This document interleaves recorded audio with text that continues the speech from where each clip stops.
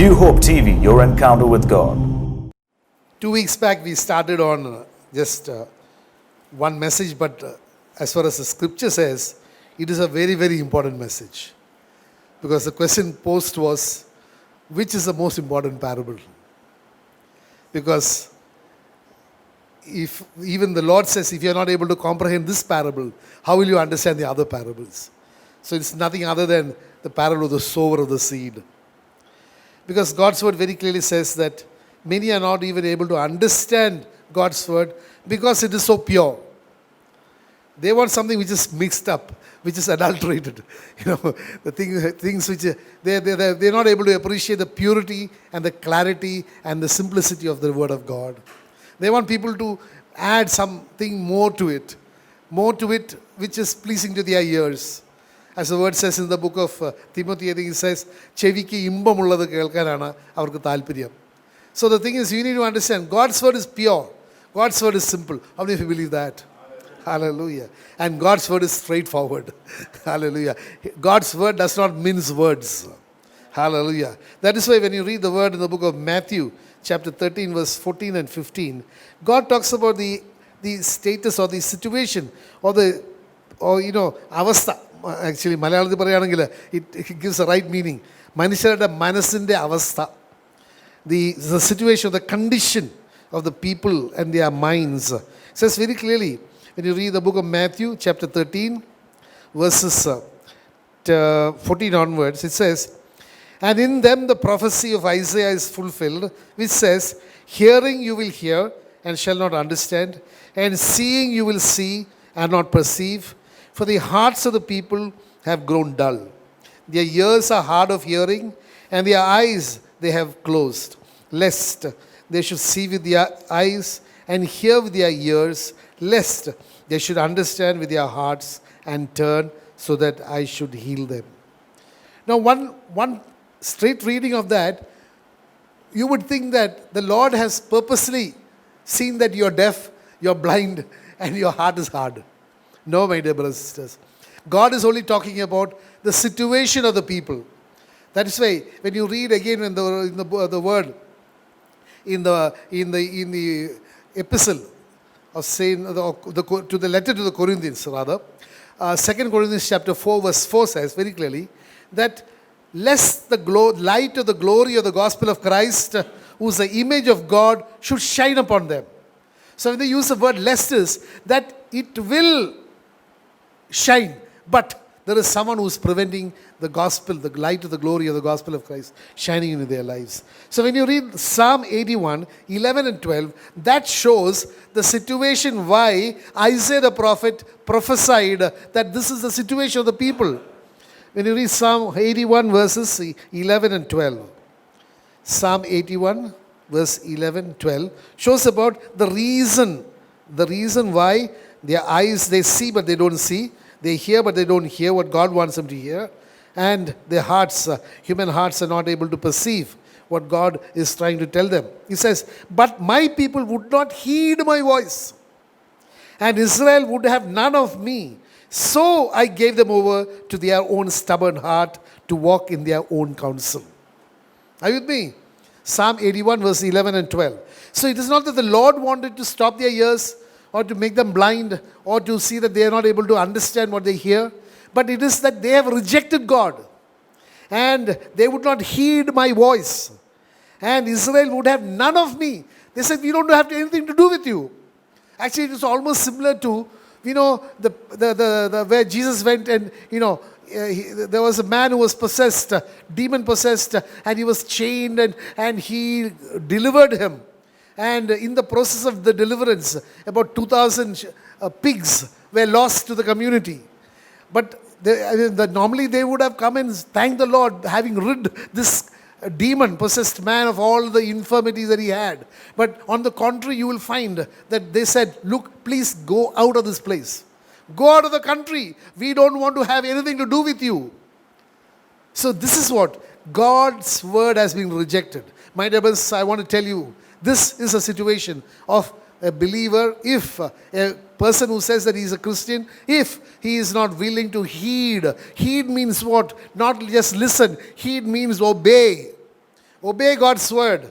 If you are not willing to receive God's word, and if you are not willing to receive and obey God's word, He will see that you are cut off. And then you will hear with your physical ears, but your spiritual ears will not hear. The word which says in the book of Romans chapter 10 verse 17, faith comes by hearing. It's not the physical hearing, it is a spiritual hearing, a voice from God. Are you with me? You will see with your physical eyes, but you will not see. The eyes of the understanding being enlightened. That what is the hope of their calling? What is the glory to be revealed in them? What is the strength of the power of the Holy Spirit that is working in them? That you will never be able to see. Are you with me? And because you don't see these things, because you don't receive God's word, and your heart will be hardened. You will never, this is a fallow ground. It will never bear fruit. Hallelujah. So you need to understand these parables are given by God so that, it is meant, when you read the word again in the book of Matthew, continuing that same chapter, Matthew 13 verse 16 to 17, he says, but blessed are your eyes. One is they say eyes, they don't see, but they hear, but they don't hear. They see, but they don't perceive. But here, God is comparing them to another group of people who are submitted to God, who heed His word, and says, blessed are your eyes, for they see, and your ears, for they hear. For assuredly I say to you that many prophets and righteous men desire to see what you see and did not see it, and to hear what you hear and did not hear it. Are you with me? So are you a blessed generation? Are we in a blessed generation? Hallelujah. The only difference is why? Because you need to understand that each one of us have been filled with the Holy Spirit. We are able to experience the presence of the Holy Spirit. So that the situation of the people, which we heard here in the book of Isaiah, actually Jesus was repeating what is there in the book of Isaiah chapter 6 verses 9 to 10. Jesus was repeating in the book of Matthew chapter 13, 14 and 15. It is a verbatim repetition. Now, you need to understand that situation is again repeated in 1 Corinthians 2:9. Eye has not seen, ear has not heard, but the human heart has not perceived. That is all in the spiritual realm. But, verse 10 says, but to us, the Spirit of the living God has revealed to us, has given us a revelation knowledge of what is there to see in the spiritual realm.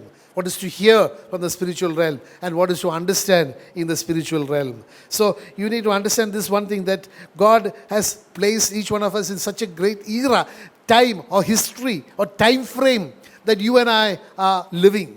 We are a blessed generation because we are, especially if you look at even the place where we are right now, we are so blessed.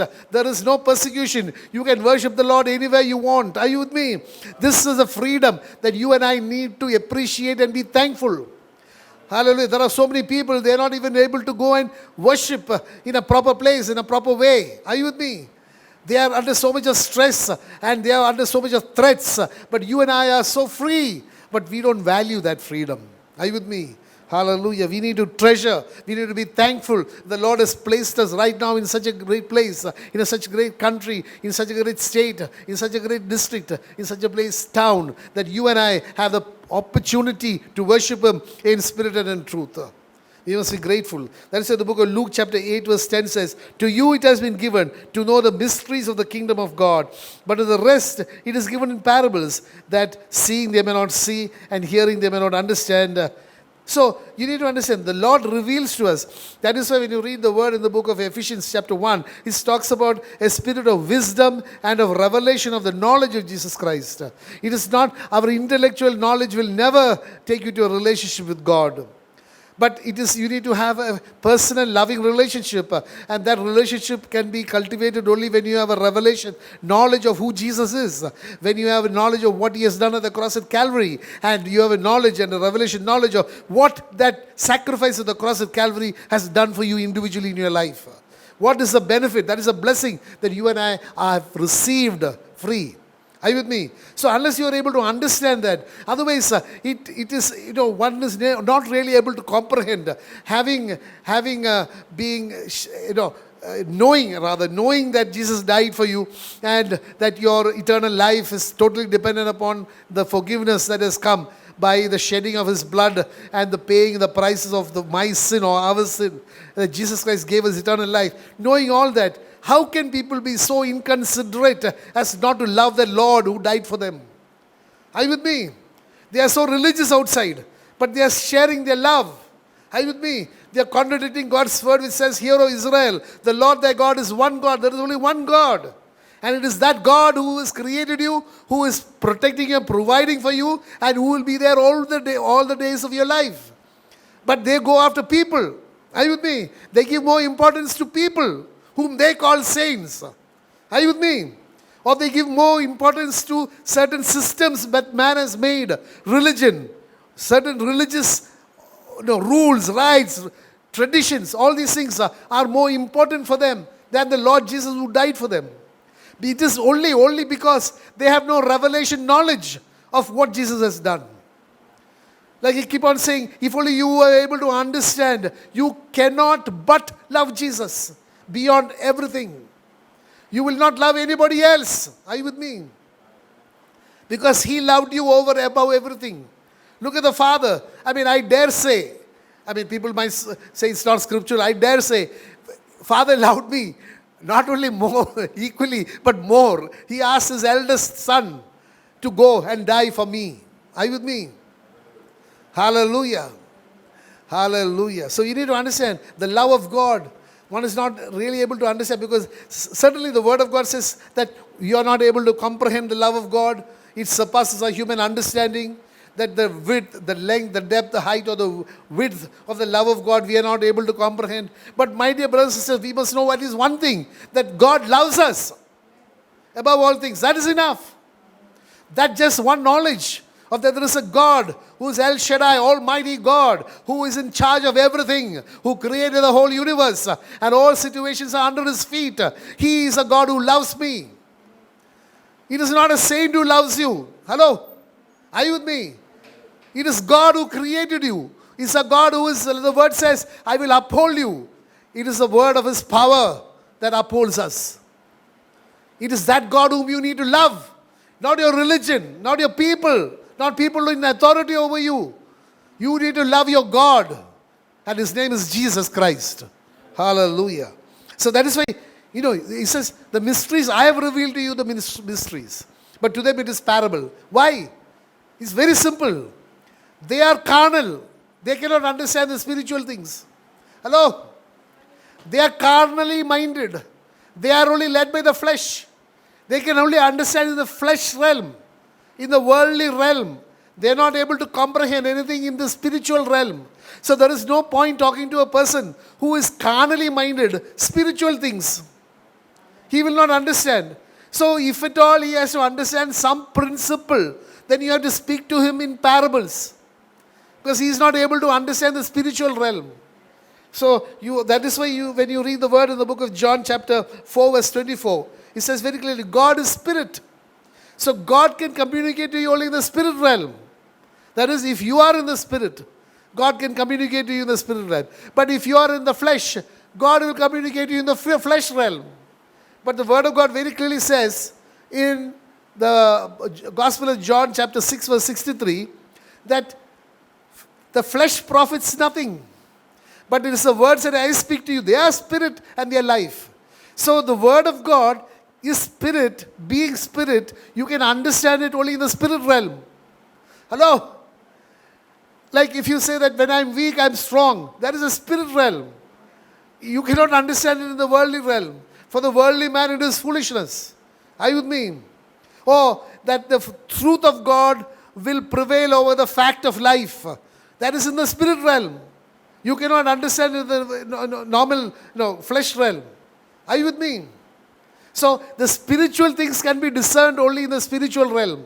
And that is a mystery that the Lord says, but to you it has been given to know the mysteries of the kingdom of God. Are you with me? That is, God is able to have a better relationship with you. Like He tells you the things that concern the kingdom of God. But the others, He cannot tell the things concerning the kingdom of God. He can tell them things concerning the kingdom of this world. Hello? So all the parables are related to things of the world. Are you with me? But to you, the parables are only an example. But you are not bothered about the parable. You are bothered about more the spiritual principles of the kingdom of God. That is why he says, I've got two languages that I speak. Hello? I speak the spiritual language to the spiritual people. I speak the worldly language to the worldly people. And he says, you are so blessed that you are being given an access to the spiritual realm, the mysteries of this kingdom of God. Hallelujah. So you and I must be so thankful to the Lord. That is why the parables, because God is talking of the majority of the people, how important it is. So if you do not, in a way, God is saying, if you do not understand this story, how will you understand all the other stories? Are you with me? Parables are all stories, my dear brothers and sisters. Parables are not word of God. It is only an example. It is only an illustration to bring out a point, an idea, like I told you earlier. Every parable is a story. Because people want only stories. Hello? People want stories. Kada. നമുക്കറിയാമല്ലോ പിള്ളേരെ കടത്തുന്നതിന് മുമ്പ് you have to tell a story. Hello? My wife is very good at making up stories. She's not come. She's supposed to come today. She's very good at making up stories. Because for them this story is something, a pastime. Are you with me? Story has nothing. It is not nothing to do with the sea. Just a pastime to bridge the gap between that awakeness and sleepiness. Today, many people in the world are like that. They want parables just to pacify them. Are you with me? Just to feel good. But that feel-good situation will not take you to heaven. You need to be in the spirit realm. You need to understand the mysteries of the kingdom of God. So that is why God says, if you do not understand this parable, this simple story, if you are not able to understand, then how will you ever understand the greater mysteries? Hallelujah. Now to get to the word. We know there are 4 types of soil on which the seed was dispersed. We just take the one now. If there is time, we'll take the other one. There is a wayside seed. The wayside seed is, a class of people who hear the word of the gospel of Christ. Today, the technology has improved so much that the word is going into the ends of the world. That also brings about a truth that God's coming is very near. Are you with me? Because when God says, my word will be preached to the ends of the world. See, the word of God is there in the atmosphere. Are you with me? It is there in the all over the world. It is available. To that extent, to that limited extent, you could say that it is preached. It has covered the whole earth. Are you with me? So, for anyone who is receptive, God's word you will hear. Are you with me? So, if you have an instrument to receive, you will hear it. Wherever you are, maybe in the Siberia, wherever you are, the word of God is available. Because technology has advanced so much. They receive God's word. But you need to understand, the most important thing that happens is they do not understand it. They do not understand God's word. That is the greatest tragedy. Today, even when you speak God's word, they are not even able to counter because they don't understand what you're saying. Are you with me? You can make a logical or a insensible counter to a particular statement only when you understand the statement. Are you with me? If you're not able to understand the statement, they cannot even counter it. But that is not the reason. They cannot counter it because it's the truth. Are you with me? It is a truth. Because this word, the book of John chapter 17 verse 17 says, my word is the truth. So they cannot understand it. So because they not understand, when you read the word in the book of Matthew chapter 7 verse 13, the book of Matthew chapter 7 verse 13 says, enter by the narrow gate, for wide is the gate and broad is the way that leads to destruction, and there are many who go by it. See, you need to understand that when you to understand God's word, you need to have you need to take an effort. Are you with me? You need to have first, of course, revelation knowledge, and then you have to have a desire to understand that word. But if you do not understand, now we all know that the blessing of God is in the word of God. Now, if you're not able to understand that my blessings is stored up in the seed, which is the word of God, I will take the seed very lightly. Are you with me? I will not give the seed any importance. If a farmer does not know that his next year's harvest is in the seed, he will not, if he did not know that, he will treat the seed lightly. Or put it slightly differently, he will make bread and eat the seed. He'll think that is better than waiting for the harvest. He does not understand the relative importance of valuing the seed. And that is why when the book of Hosea chapter 4 verse 6 says, my people are being destroyed for lack of understanding. Are you with me? Because it is not that God has withheld any blessing from anybody. God has no partiality. Hello? He does not look at the Israelite generation, the nation as he originally called, as the only people now. That has gone. The dividing wall between when the old covenant, when God said, my people, it meant exactly the Israelites, the political Israel.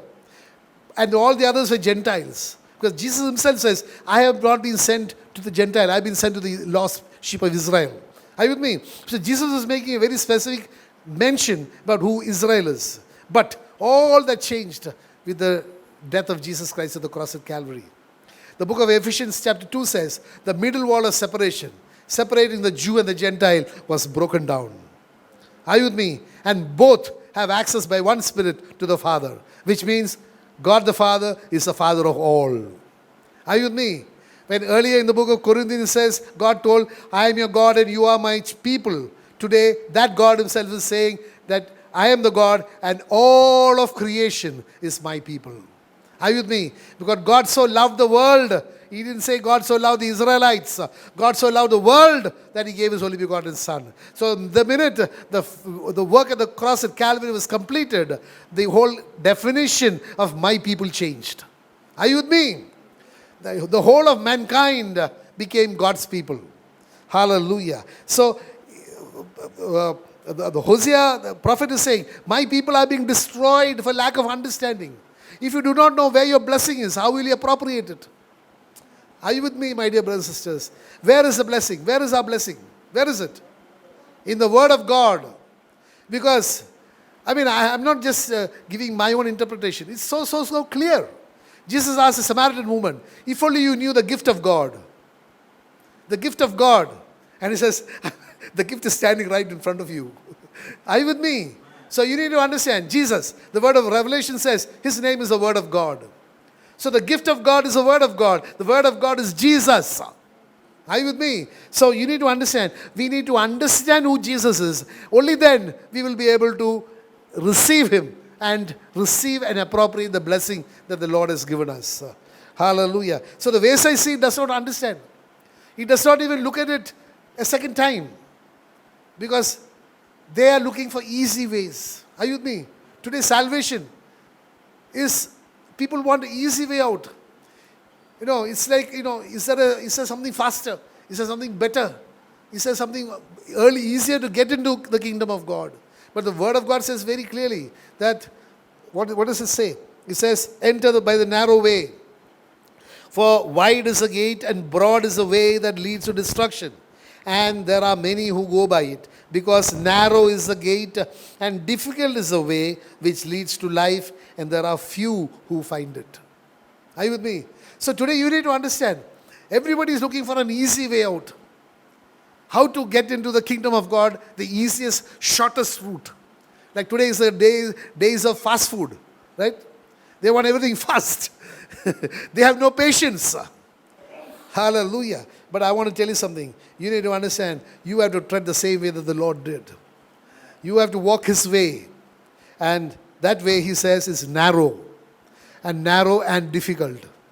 And there are few who will cross that and enter into the eternal life. So if you do not understand, that is why Jesus is trying to tell that this parable of the seed, the word is the most important thing. All the other things I can talk to you in parables about the Good Samaritan and about so many parables are there. But he says the parable of the word, that is the most important thing, because the word is the most important thing in your life. So that is why sowing the seed is actually sending out God's word. It's a dispersal of the word of God. That's the book of Hebrews chapter 1, verses 1 and 2. Very clearly, God's word says. It says what?